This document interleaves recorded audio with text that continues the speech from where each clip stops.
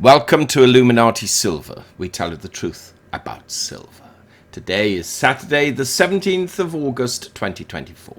Publishing our gold and silver weekly update for the weekend in the 16th. Gold and silver rose last week, with gold reaching all-time highs. What is in store this coming week? Well, let's take a look.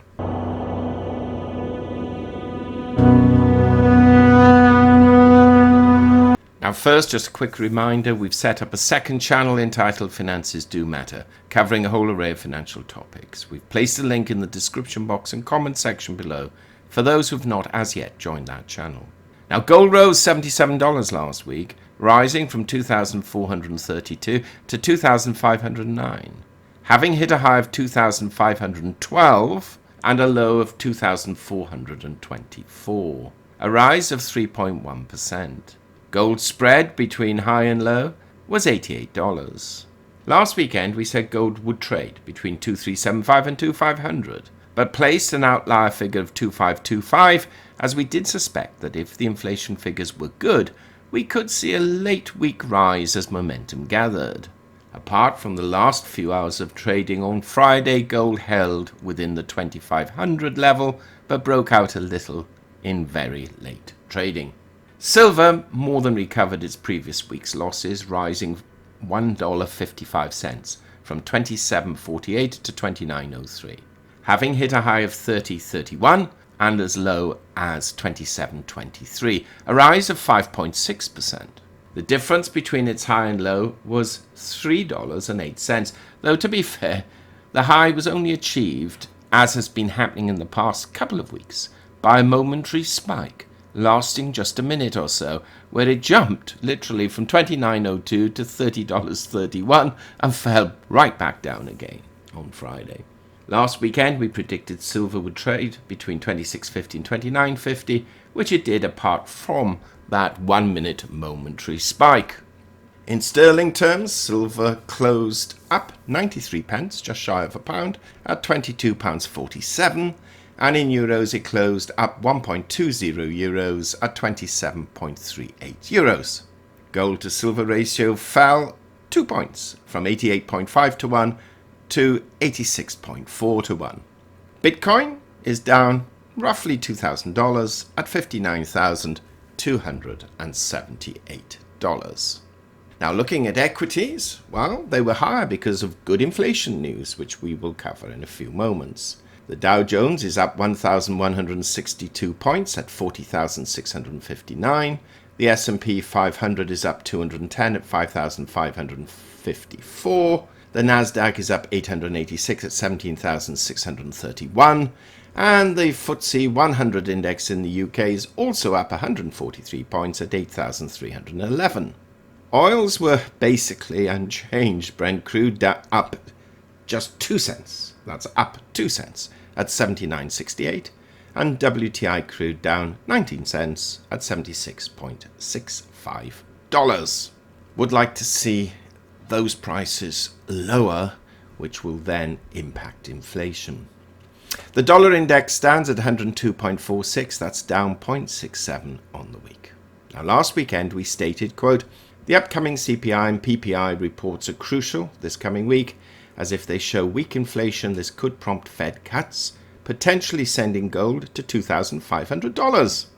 Well, the PPI rate, that's the Producer Price Index rate for the year, fell from 2.7% to 2.2%. But the core PPI rate marginally rose from 3.2% to 3.3% for the year.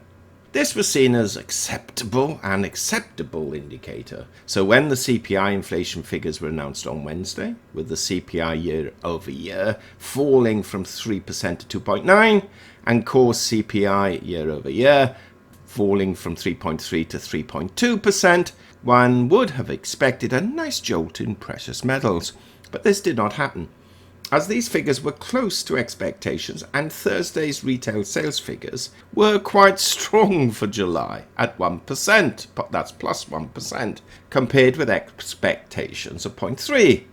And this left the market a little undecided, especially as this was retail sales' biggest gain in 1.5 years, as automobile sales rebounded. However, the expectations of this coming week's Fed minutes on Wednesday and Friday's speech by Jerome Powell at the Jackson Hole retreat has invigorated traders into believing that a rate cut for September is assured, and they are hoping for more dovish tones coming out of the Fed. Interestingly, whether it's an organized leak or not, but the narrative circulating trading rooms is that the Fed now believes that it can maintain high employment levels and curb inflation at the same time. And if this is true and the economy grows, then silver for sure will see a nice burst, as well as gold. But let's just wait and see on that one.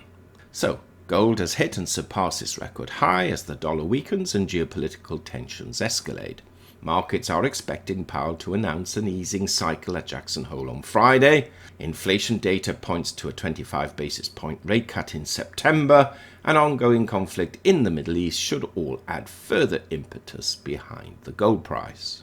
It is difficult to disagree with this analysis, though we do suspect the Fed will still, at least from a rhetorical point of view, remain a little cautious. With an election around the corner in the United States and the Fed being criticized by former President Trump, one cannot rule out the desire, at least for the Fed, to lower interest rates to ensure a Democratic win. One hopes they're not that politically guided or biased, but hey-ho, when people's careers are at stake, who knows what may happen. Silver has broken the recent resistance level of $28.50, which is positive moving forward. However, we must not forget the fact that the impact from geopolitical tensions could have on industrial demand. That said, events for the moment are looking quite reasonable for silver, especially over the last 12 months. Silver has risen by some 28% compared with gold's 32%. So where you may see some catch-up, providing industrial demand is not adversely affected. We must also be careful that markets do not run away with themselves prior to Powell's comments next Friday. As if he delivers not what is expected, we could see the euphoria fall back a little. So, what are we expecting to happen this coming week? Well, we envisage gold will trade between $2,450 and $2,550, with 2425 and 2575 as outliers. And silver to trade between 28 and 31, with 27 to 31.50 as outliers.